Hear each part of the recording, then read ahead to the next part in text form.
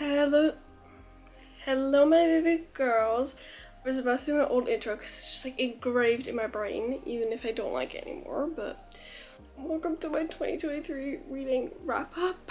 It's been now a bit over 2 years since I started YouTube, which I think is crazy. In that time span, I've read around 165 books. So I thought we should go through all the books that I read this year. I'm not going to go into depth because then this video is going to literally be like 2 hours long. So these are only all the physical books I read. I think it's about like 65 physical books I read and then a lot on my Kindle. I've sorted them behind me from worst to best. So I'm going to go per genre and then from worst to best.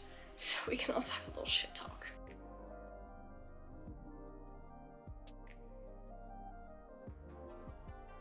That was a whole workout. I genuinely don't know how I did that. I have a fantasy pile, young adult pile, romance pile, thriller pile, and then I have well, it's not really a pile. I have one book that was literary fiction. So let's start with that, shall we? Daisy Jones and Six.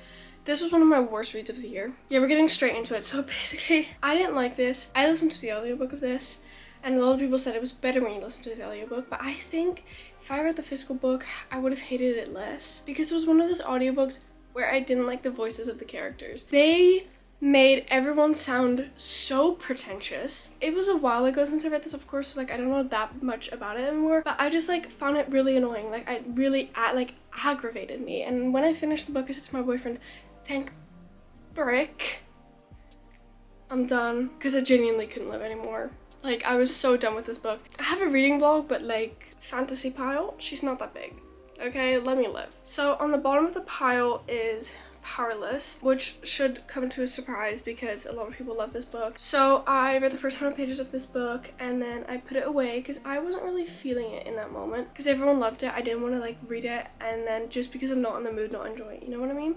So I put it away, read it in my most recent readathon. Go check that out. Thought that was a nice Christmas gift of me. Yeah, and then I finished it and I loved it and I needed the second book, but it wasn't a 5-star for me. I think it was like more like a 4.75, but like aligned with that, we have Akatar. So I read this in May, first ever fantasy book. Thought I wasn't gonna like it, but I loved warrior cats as a kid. And if you don't know warrior cats, you are missing out. I ate this up, I loved it, but like it wasn't, like it didn't give me that 5-star feeling, so I couldn't give it a 5-star, duh. In November, I read A Court of Mist and Fury, and this is literally my favorite book of the year. Like I genuinely am in shock with how much I love this book. And if you wanna know how much in shock, I dreamt about it. I finished it and about a week later, I dreamt about it. Do you remember the dream? Absolutely not, but I just remember that I dreamt about it and I thought that's a sign. That's a sign that this needs to be my favorite book of the year. I have like 3 that are really, really at the top. Like I can't really choose. This is technically my favorite book of the year. Like if somebody held a gun to my head, I'd say this one. Now we're gonna get into the YA pile. So again, this is from worst to best. Bad things happen here. I read this during the summer and okay, one, I remember that the story, okay, the concept, I mean, I bought it for a reason, but it just wasn't pursued.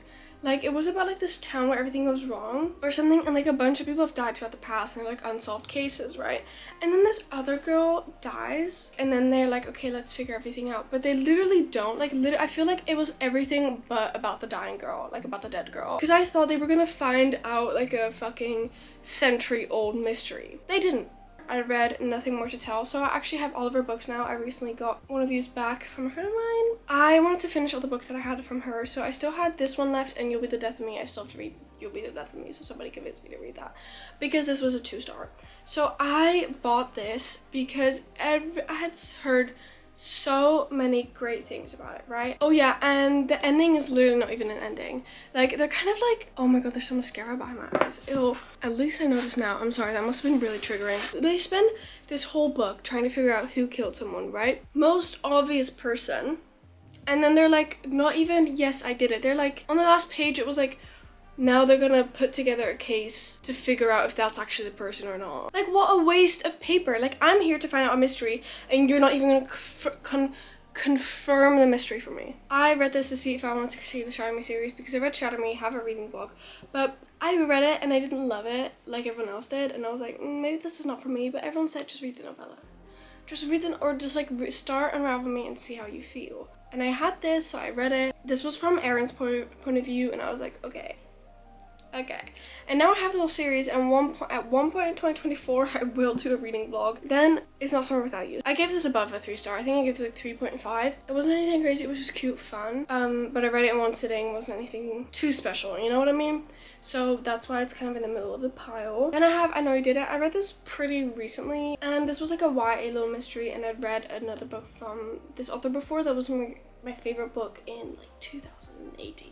Half of the time it felt less thrillery, more like friendship and like crush and like middle school, you know what I mean? But the twist at the end had me shocked. This, like the last few pages, like the last I think like 20-30 pages, I was gripping onto my chair, okay? Like, then we have Killjoy, so this is a prequel to The Girl Scouts Murder, and this was just fun and quick and cute. Then we have The Hand on the Wall, so this was the last book in that series, and I finished this like literally at the start of January last year, so I'm having a bit of a hard time remembering, so let me just dig.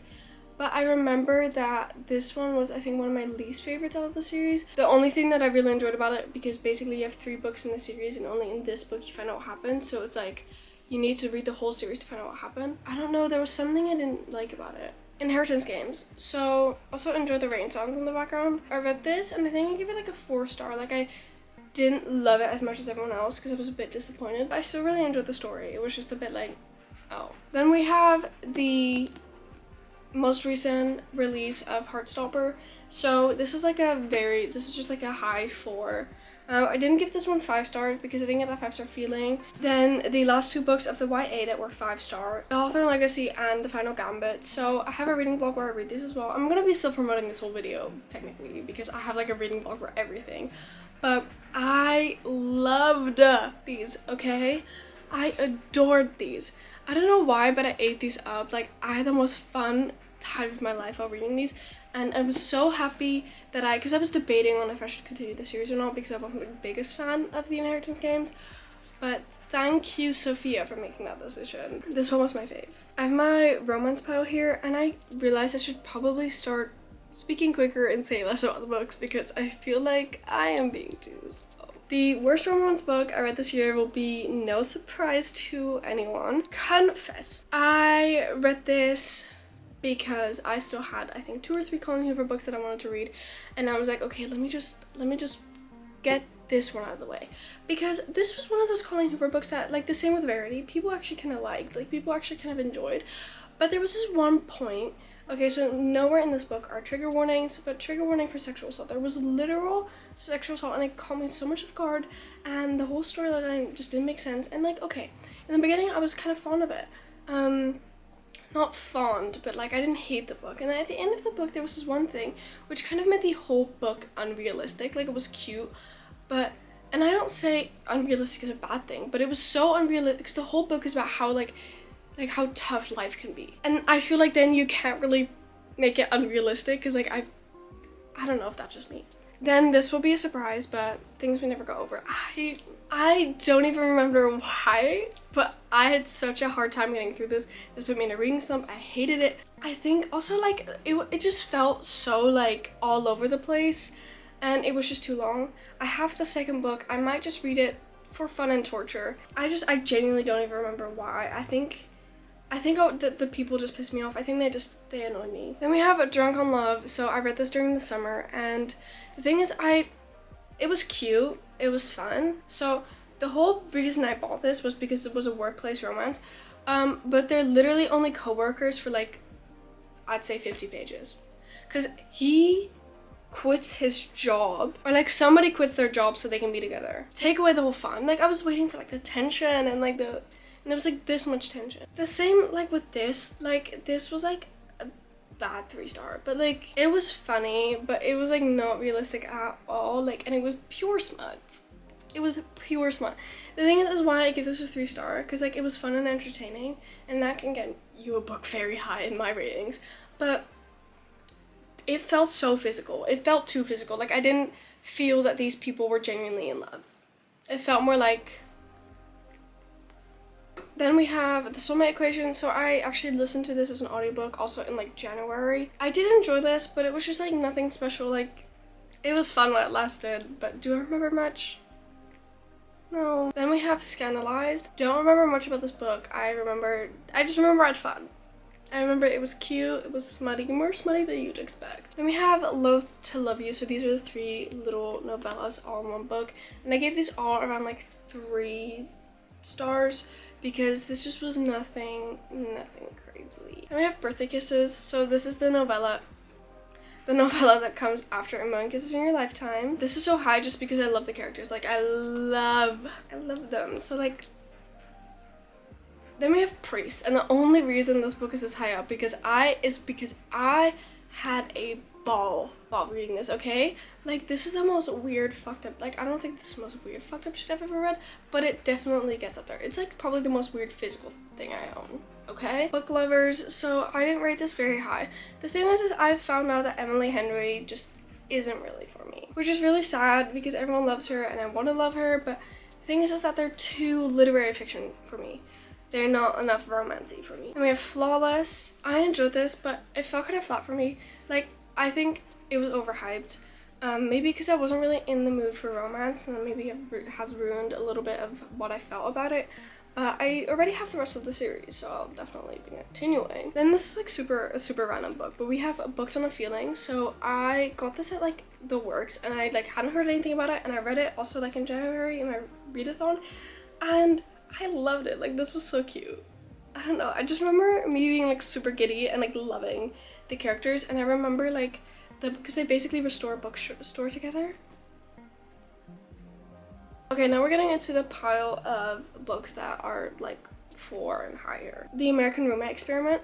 This was so much better than I expected. So I read the Spanish author section and I didn't love her. I kind of was cringing out and I thought it was too long, and it was my first ever slow burn, so of course I thought it was too long. What the frick. This, I don't know, maybe just because I like the premise more of this one as well. I don't know, I just felt like he was so in love with her. Like, I could feel how much he was in love with her, and I just, yeah. A Not So Meet Cute.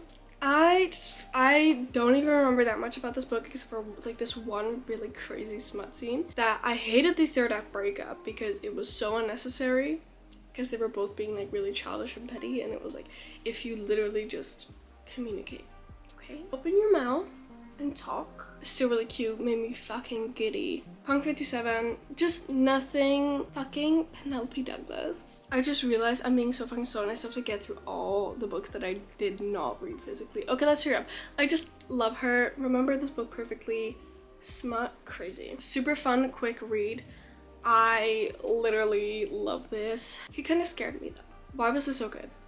Why was this so good? Like, I was reading this and I was in shock of how good it was. You could just feel their love radiating. Twisted Games, I don't really need to say more.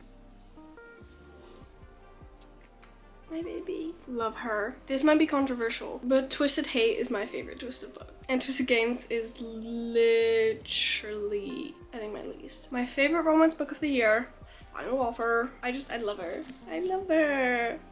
She made me cry a little bit, so. Now it's thriller time. I don't think it's true, but from my feeling, I read more thriller than anything else this year. Okay, let's start ranting about some really bad books. So fucking useless. He kept saying, my demons.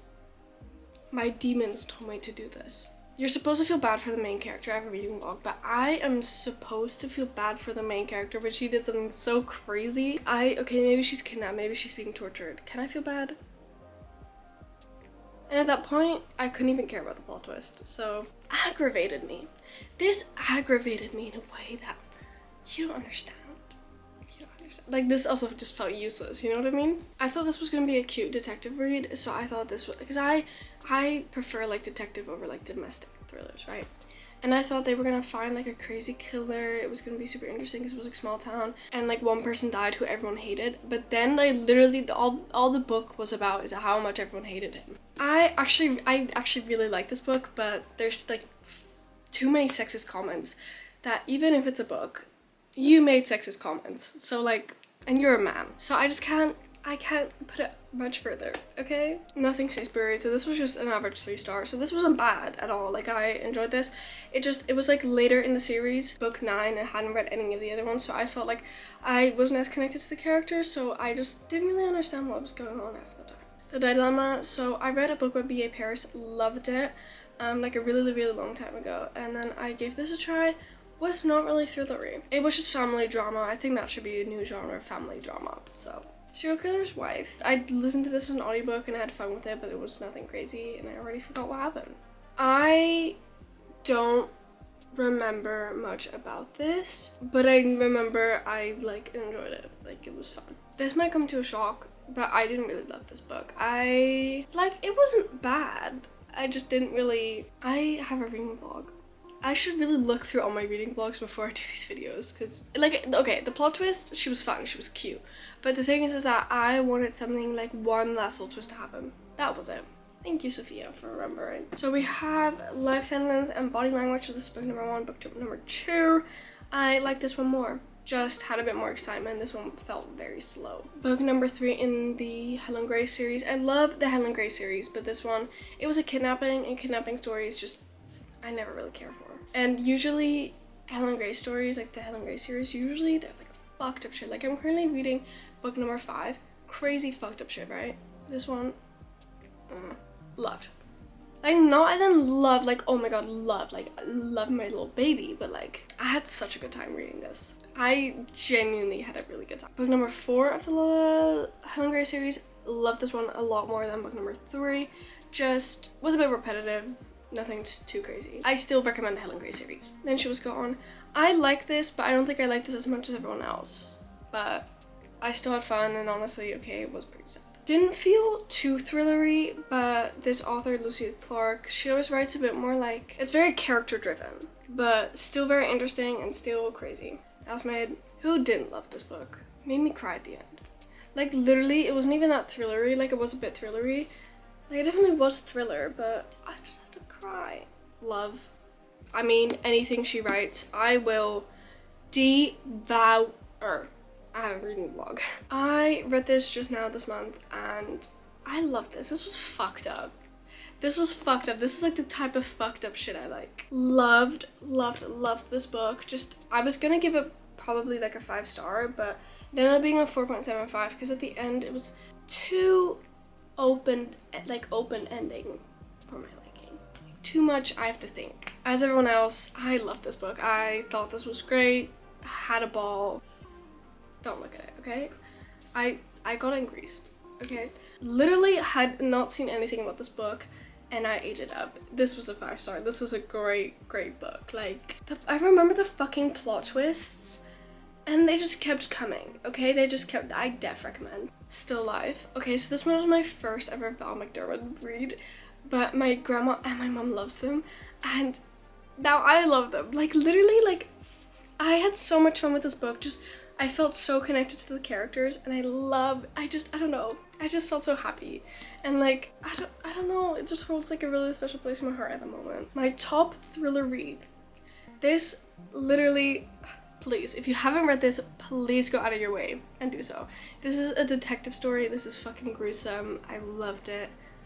Feels like a really banging Criminal Minds episode. Like, you know, like one of the, like, just, or like any police, FBI, like, serial killer like episode or movie, like the ones that like just you can't even go on your phone, like you're so gripped. That's this. I have my 2023 reading journal. I'll just quickly go through all the non-physical books I read this year and I will put the picture up on the screen. First book was Better Than the Movies. I listened to it as an audiobook and I loved, like, I thought it was really cute, but I didn't love it as much as everyone else did. I just thought it was a cute YA story, but nothing crazy. Then we have Do Not Overthink It. I give that a 2.75. Don't even remember what it was about. So, Brutal Prince. Brutal Prince, literally 4.75. I read it in January and I literally, like, I still haven't continued the series. Literally might just do that right now. Just go lay in my bed and read Stolen Air. I think that's the next one. Selfish. I DNF this one. I just couldn't get into it. Then we have Never Lie by Frida McFadden. Okay, this, I think Never Lie and The Housemaid are like so tied on my favorite Frida McFadden book. So Never Lie was my first ever Frida McFadden book and I will buy it as a physical copy because I need to have that book like physically. Like, I loved it. And we have One by One by Frida McFadden.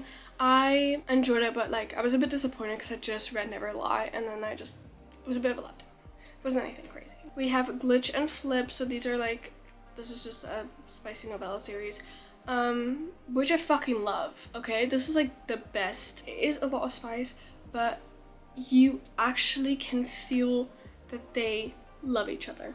And that's what I miss in spicy novellas, okay? Then we have Scream for Us and Melt for Us. Weird Halloween and Christmas shit, honestly. Theirs for the Night. I think this is like the prequel. I just wanted to see if I liked it. I didn't love it, so I never continued the series. My Husband, My Stalker. Then we have Praise. Oh my god. This book had a chokehold on me, okay? I've read the first 2 books, but and these books had a chokehold on me. Like, I don't know why, but I love this series. And again, I haven't continued it. I think it's so sad, but like, I definitely will. These books are so much fun. Then we have The Perfect Summer, Freida McFadden. I really enjoyed this one as well, but like, I don't think I like was in love with it. Then we have Seeking Hollow, Craving Hex, and Seducing Willow. These were these are like spicy novellas, and honestly they're so bad, but like they're only like 34 pages, so like. Then we have The City of the Sin. So the author actually sent me to read this, and I actually really enjoyed it. I think there's more books coming, and I definitely want to read them because I was intrigued. Hold Your Horses, Credence. Okay, this was a 5-star. Like, literally, either I think you give Credence a 1-star or a 5-star, and I'm on the 5-star. The end made me cry. Secrets We Hunt. So the series was recommended to me, and I tried to read the first, like, I think I tried to read the first one, but he calls her Kitten, and I couldn't. So we have first and second semester. These were actually a ball, so I gave first semester 2.75 and second semester 3.75. I still really want to read the third one. Then we have Click, which is the 3rd book of the Flip and Glitch series. The Good Lie. I'd seen everyone read this, and I read it on my Kindle. Actually, kind of bomb. Like, I give it like a 3.5, but like, I definitely read another one of her books if it's a her. Then we have Wanting Knox. This is again that series. I don't know why I keep reading them. Do Not Disturb by Freida McFadden. This was genuinely also one of my favorites. Like, it's definitely up there. I just had so much fun. I listened to it as an audiobook, and I had a lot of fun. Like, I don't know. That's one I definitely recommend as well. Oh my god, I'm actually missing a book. So I'll show you. This one. So I gave it to my boyfriend to read, but that was like a cute little like 3-star quick young adult. His friend goes missing. He wants to figure out what happened. At the end of the year, I didn't really read many non-physical books because I was really trying to get through my physical TBR, but we do have Unhinged, and all I can say about this book is that it's definitely unhinged, like, but honestly kind of fun. Okay, kind of fun. Okay, so we have Pursuing Hartley, which is again in that one series with like Craving Hex and whatever. Again, I don't know why I keep reading them. So then we have Stuffed. So everyone read Unhinged because it's about like a door, and this is one about a pillow. And I was like, if I read Unhinged, I need to read Stuffed. But Stuffed was so much worse. I did have to. Like, I literally had, I think, 9 pages left, and I just couldn't. Christmas in Quincy. So this is the prequel to the Eden series. And I got Indigo Ridge for my birthday. I got Indigo Ridge for Christmas, and of course, like, it was the day after Christmas, so I still had time. Like, it was still Christmas, you know? So also, all of these books that I'm going to mention now are in my readathon. I'm never going to stop promoting my videos, okay? I gave it like a 3 stars. It was like a cute, fun, it made me giddy. Okay, and then the last non-physical book and the last book of this video is The Last Thing He Told Me, and this is like a pretty popular book, right? I hated it. Me and my mom listened to it in the car as an audiobook, and the voice just made us laugh so much, and at one point this girl kept saying, I want to go to the bar. And then at the end, like, we were like, should we stop listening? And we were like, no, like, it's kind of funny, like, it's kind of fun to make fun of it. But those were all the books that I've read this, like, I'm literally like in piles of books, like, I'm surrounded. I hope you enjoyed today's video. It was a bit chaotic, but if you take anything away from this video, it's to read the Jigsaw Man, ACOTAR series, and Final Offer. Thanks so much for watching today's video, and if you're still watching, comment this little emoji here, and I'll see you when I see you. Bye. I'm sorry, I didn't do that. Bye.